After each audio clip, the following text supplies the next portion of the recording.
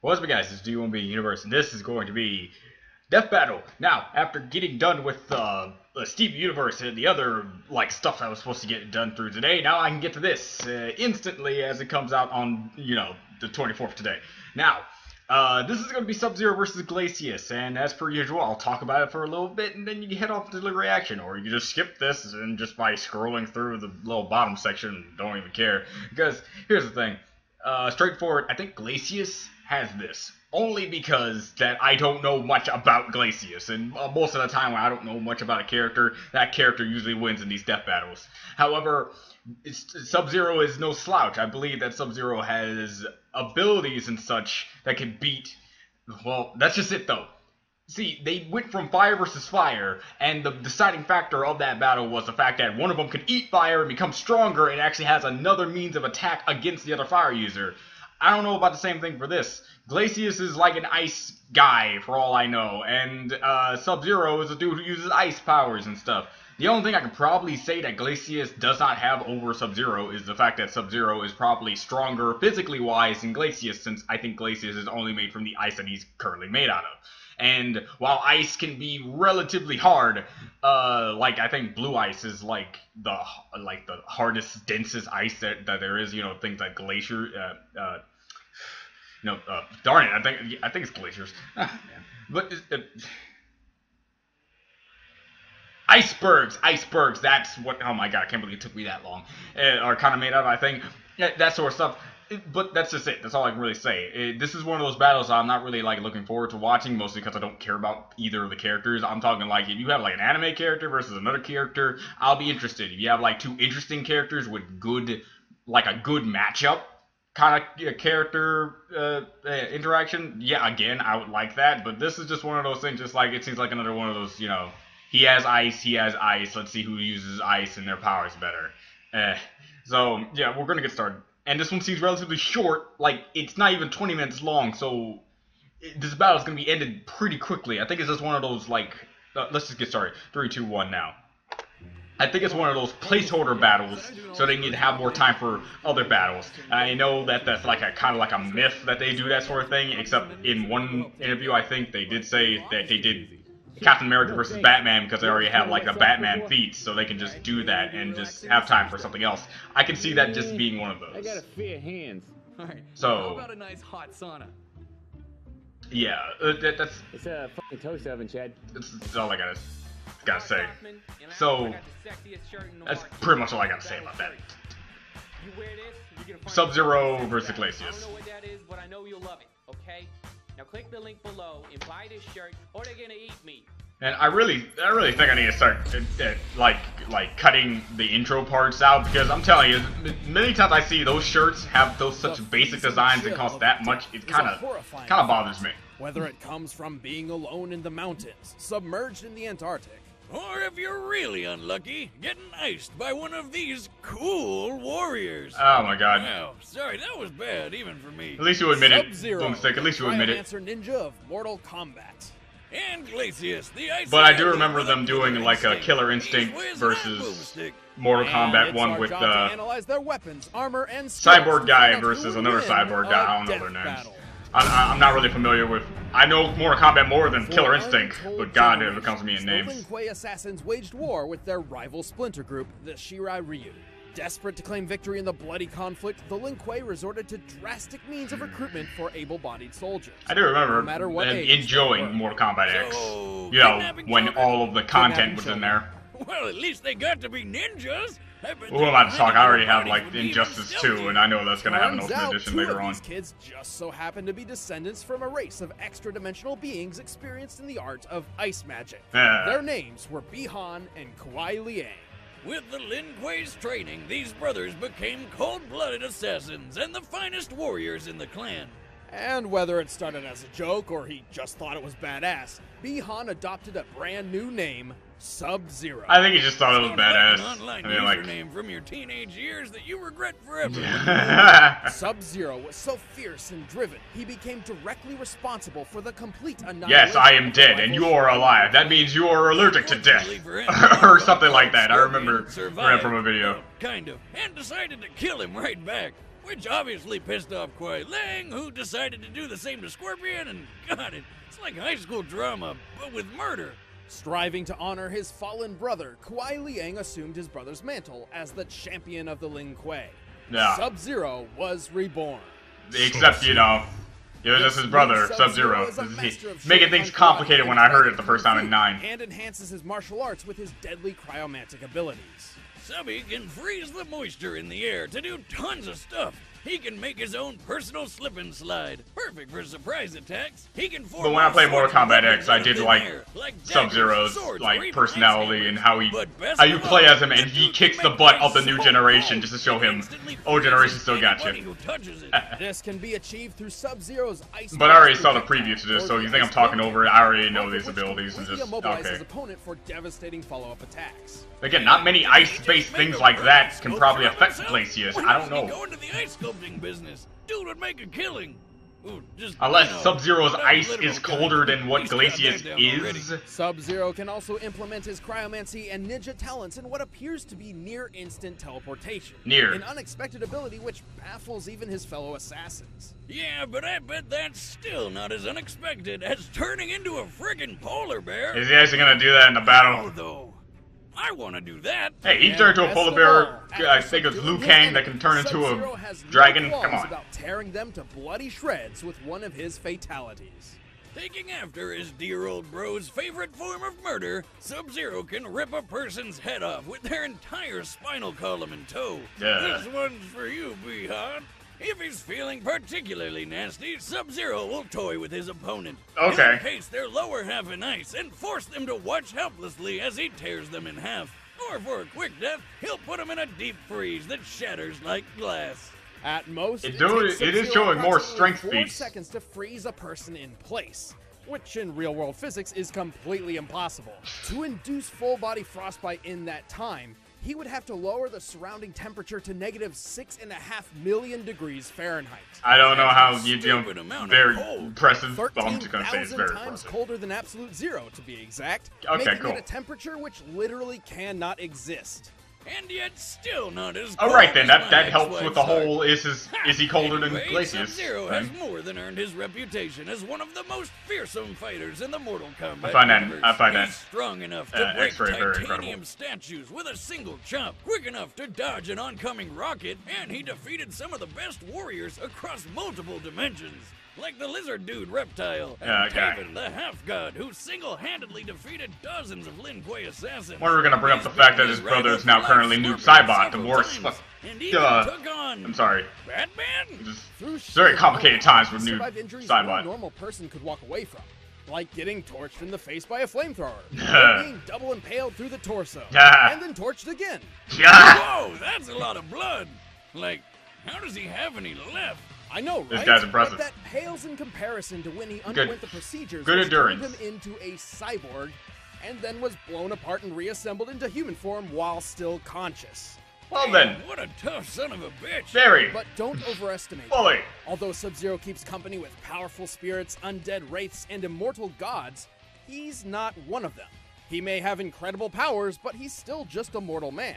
Also, his emotional baggage and desire to live up to his brother's name has clouded his judgment more than once. But that didn't stop him from becoming Grand Master of the Lin Kuei. He changed their goals, turning them to the side of good, and even formed an alliance with his old rival Scorpion. To think that would actually happen. Life couldn't get any better. And then they found dragons. Sure. Why not? Shirai Ryu, dog. Lin Kuei scum! Death is more honor than you deserve.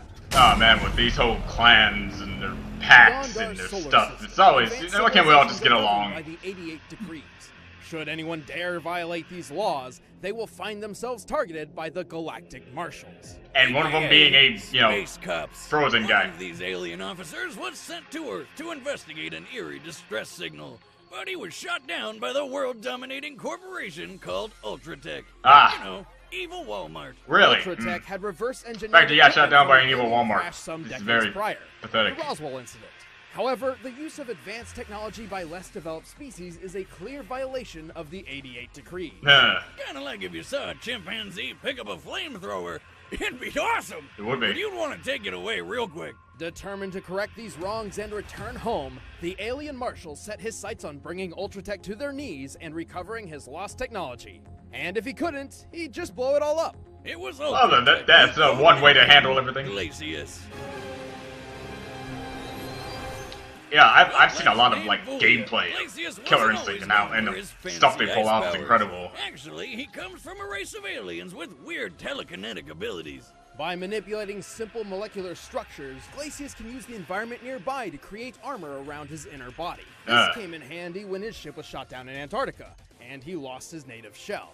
So he had no choice but to make a new shell out of ice, which permanently turned him into an abominable snow monster. Which With permanently, this new alright. body, So he Glacius can't developed make a fighting more? style to make the Well, most I of bet his he can, new you know, capabilities. repair himself, but... Glacius prefers to fight at a distance, using his long-range ice-bending attacks. He can turn his limbs into huge ice lances to keep enemies at bay. Okay, so he's more of a long-distance dude, while I see Sub-Zero being a rather close combat kind of guy. And did he just punch that guy with an ice sculpture of himself? More or less. That is the Shatter technique, a powerful burst of energy. I see why Killer Instinct is like kind of popular. Look at all them, what do they call it? For opening up some sweet combos on his foes. Particle effects. Still, for all Those his particle giveaway effects, game, dude. You'd think he'd be a total chump up close. But remember how he can move ice with his mind? Well, he can melt it too, including himself. By turning his body into liquid, he can evade oncoming attacks, surprise opponents from below with the aptly named Puddle Punch, Ha! and even completely dissolve people into nothing. And as an added precaution, he can summon extra ice to his body to serve as thicker armor, though his molecular telekinesis is too limited to maintain this armor for long periods of time. Okay. He may be made of ice, but Glacius can still hit hard enough to launch opponents several stories into the air. Alright. Including the 550-pound Fulgore units Ultratech is known for. He's cunning enough to not only infiltrate Ultratech's highly guarded facilities, but also surprise attack its highly advanced robotic CEO, Aria. These fighting games and their like story structure nowadays, it's like, Glacius was able to drop the temperature of the entire room by 122 degrees Fahrenheit in 0.026 seconds. That's a quarter of a tenth of a second.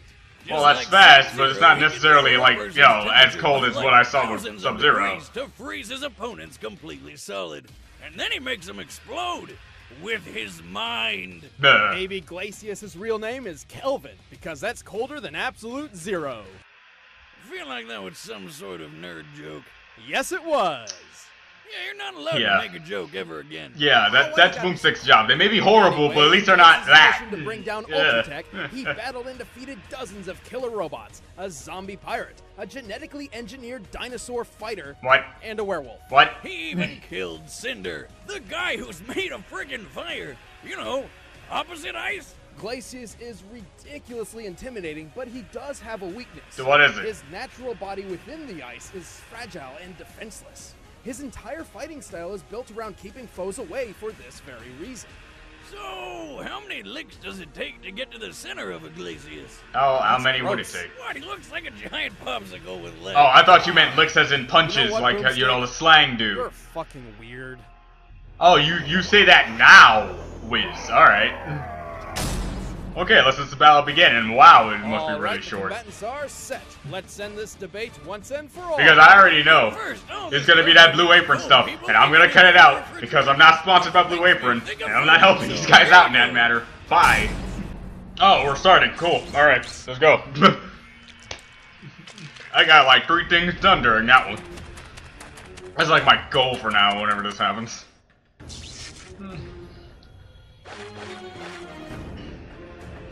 So, crash ship, Glacius pops up, and Sub-Zero's just there. Okay. Yeah, you can tell they really didn't put that much thought into it. At least Ace versus Natsu gave them a reason to fight. This is like, hey, hi, time to fight.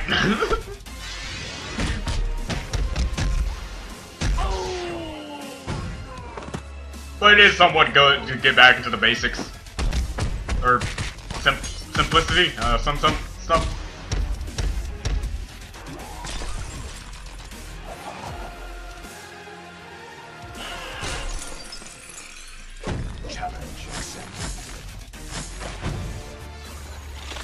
Really going at it, though.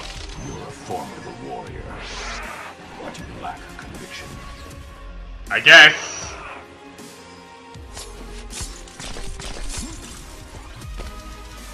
It's weird how epic that should have been, but it didn't feel as though because of the sound effects.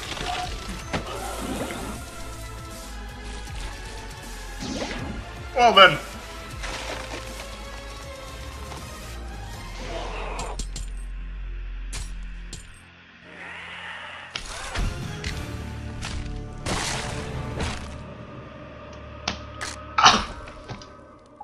Okay.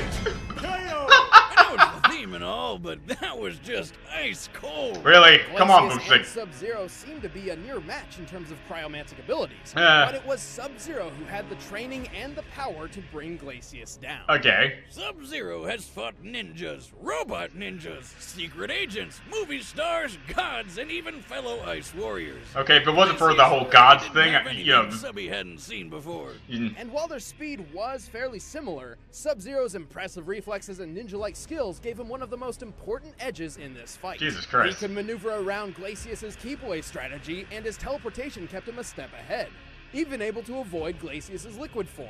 And while Glacius did possess a minor form of telepathy, there's no evidence to suggest that it was used for anything other than direct communication. Okay. Sub-Zero could take a lot of hits, so he wasn't going down easy. Yeah, But if you very, put very their durable defenses and a very side by versatile side, dude. Glacius's ice armor does seem better. But it really didn't matter because Subs could just chop right through it. Sub-Zero could shatter titanium statues in a single blow, a feat which requires at minimum 63,000 pounds of force per square inch. Okay. And titanium is obviously tougher than ice. Assuming Glacius' shell is composed of blue ice, the purest and toughest form ice can take, Yeah, that. it would still only take at most 57,000 pounds of force per square inch. Yeah, to that's crack his those. Yeah, entire that's. body in half. And he didn't even need to go that far. Just get to the squishy insides in the middle. I guess you could say that Glacius had his expectations. Girls gotta go with the whole spine The taken winner out thing. is Sub-Zero.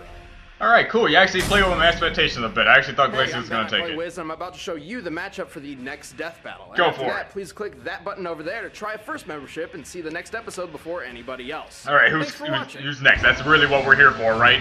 Is there about the bad?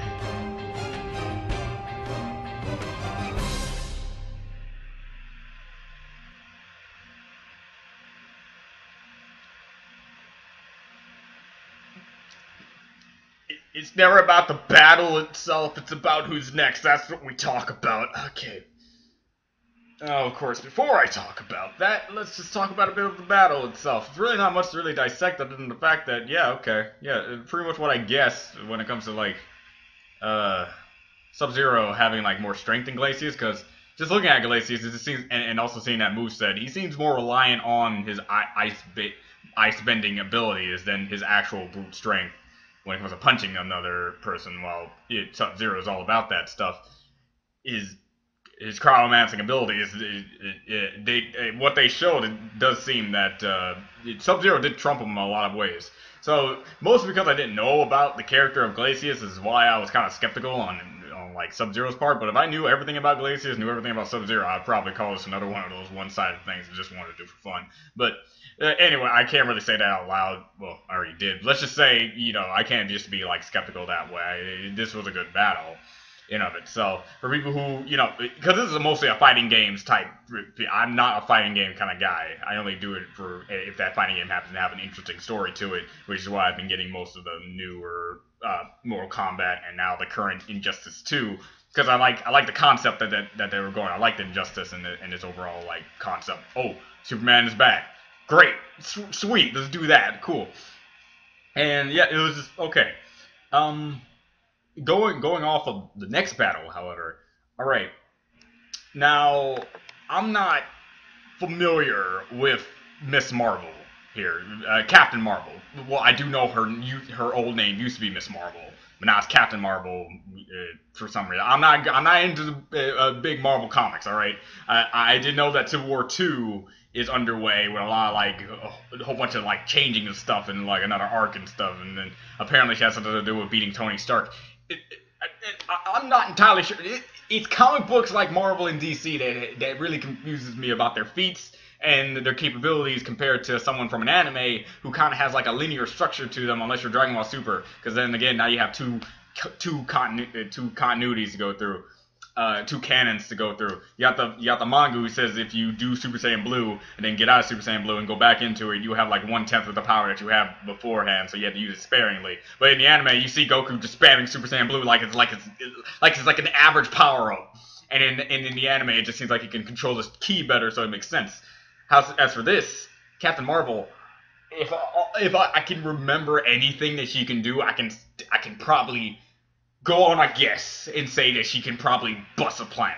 Okay? Let's just say she can bust planets, destroy stars and stuff like that. I don't know much about Miss Marvel. Just don't complain about me about Miss Marvel. You can like talk about her, but just don't like lecture me about her because I really don't care. All right? When it comes to Marvel comics and DC comics, I don't like the type of movies that come out, and that's about it. When it comes to the comics themselves, I'm not gonna. It's kind of like One Piece for certain people. The only way I would want to get involved with a character if I can start from the very beginning of that character's time period and grow with them as they grow throughout the canon.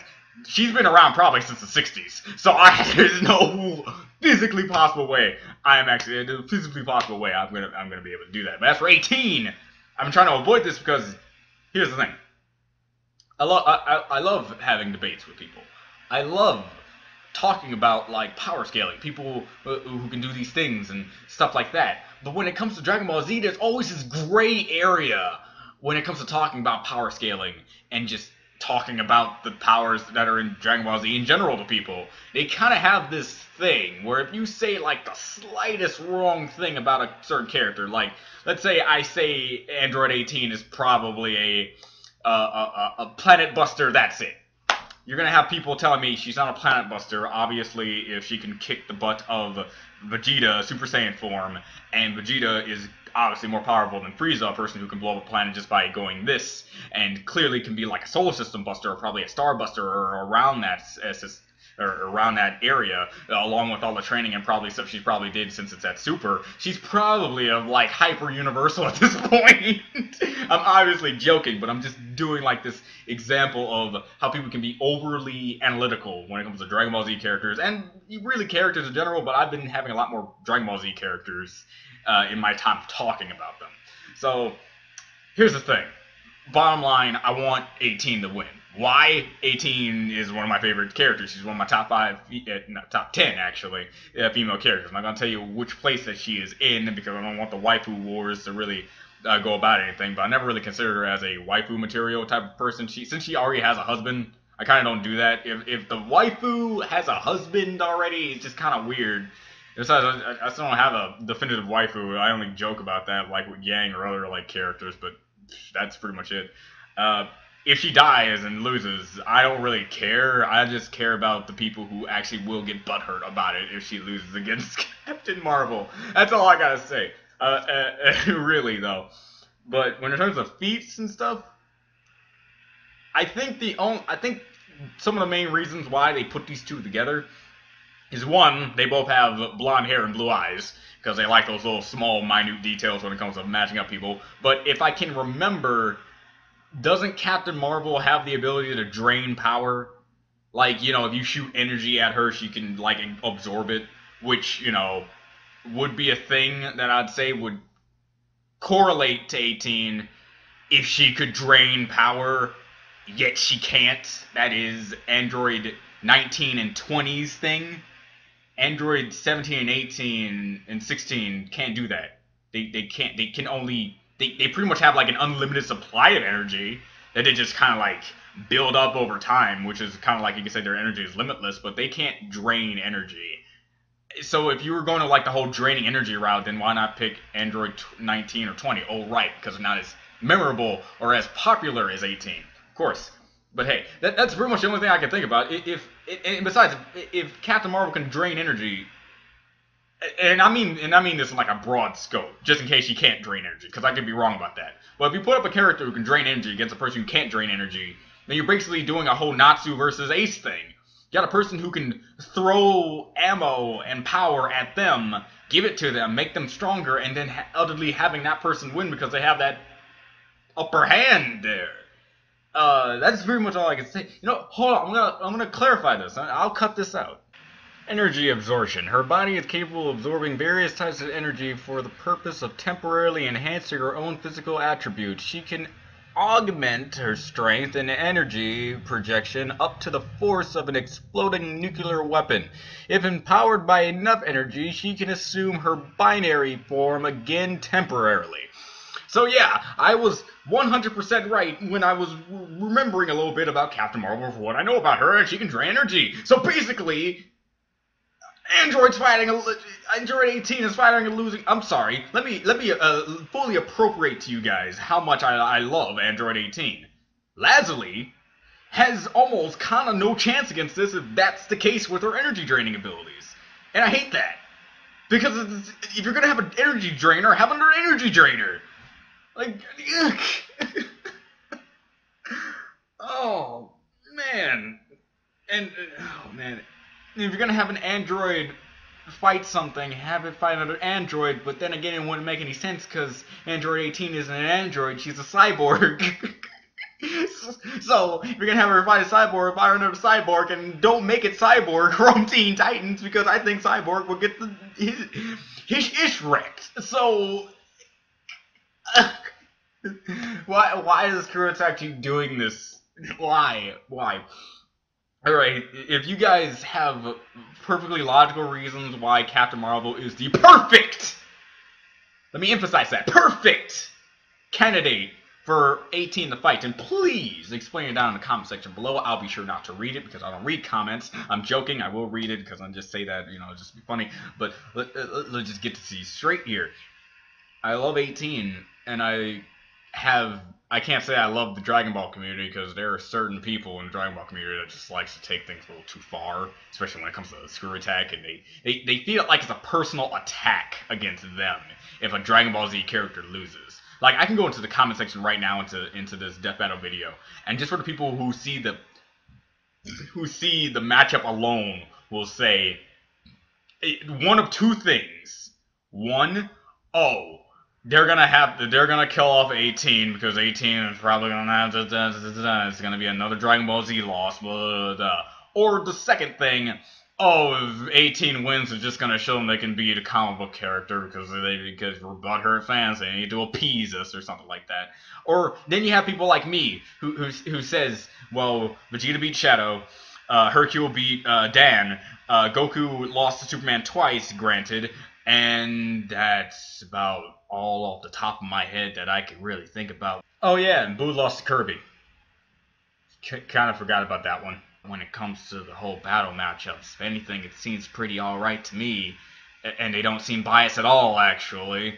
It's just, you don't like the way they do the research, and you don't like the way that some battles turn out because you think that's this certain thing should have been expanded upon. And I will agree. I've been talking to some Dragon Ball Z fans who go throughout those videos and see how they calculate their powers, and I see how some people will be ticked off if they say this, and this about Goku, and yet in the anime, if you really like pay attention, you can clearly see that he's way stronger than that. So it's like, I get it, but it all falls down to the bottom line of you really shouldn't care that much about these fictional characters. They do not shape... I can't really say they don't shape your life because, dude, if it wasn't for anime, I wouldn't be in my current state right now. So things can shape you to, like, go to heights, but it shouldn't be like this random fan base or this random group of people doing this one thing to this to your birthhood or something like that. It shouldn't be like a personal attack. It's just them thinking that this person is the right way. So, I don't know. I'm not a motivational speaker. I'm not even a good speaker, period. I don't even know what I'm really talking about. You know, who am I? What am I doing with my life? I'm making videos on YouTube. I'm already wasting my life as it is. So, this is Do You Want to Be Universe. This is going to be an interesting battle come next Death Battle. And just let you know, instantly, I'm rooting for A-Team, mostly because I don't know that much about Captain Marvel. Captain Marvel in our herself is just like, okay, and plus she beat up Tony, so, and she already is already on my I don't like you list, because Tony's my favorite dude. Back in Civil War 2, I think it was Tony who was on the right side of thinking in that way. Actually, from what I do remember from reading segments of Civil War 2, is that Captain Marvel's like, yeah, let's use this guy. He can see the future. We can stop crimes before they happen. You know who you remind me of, Captain Marvel? You know who you really remind me of? I've been playing a game called Injustice. You ever heard of Injustice? It involves Superman saying, you know what? Let's stop the bad guys before they make crimes, but instead of doing what you're doing and put them in jail and locking them up for something they didn't do yet, or wouldn't do, because apparently this guy only sees probable futures from probably other dimensions or other worlds, so it doesn't even matter in that way. Superman kills, you just unrightfully just throw people in jail for something they didn't do. Like, I think it's, I forgot, Miles Morales or something. Miles Morales, the new Spider-Man dude that I like. He's actually pretty cool. He was said he was supposed to go to jail because he killed Captain America. I'm like, are you stupid? Okay. Alright, so, yeah, alright, that's my little mini rant of that. I may not read a lot of Marvel, but when it comes to, like, the videos online and stuff that I do listen to about these sort of things, about interesting stuff, because I did like Civil War the movie. As soon as I heard there was 2, I was like, alright, I'll see about that. So this is what happens. So it's like, but I will not pronounce myself as a demigod of knowing this sort of stuff. So yeah, let's just end this video before it gets too long. I hate me and this whole rambling fit that I do. I don't have enough time for this. I gotta go.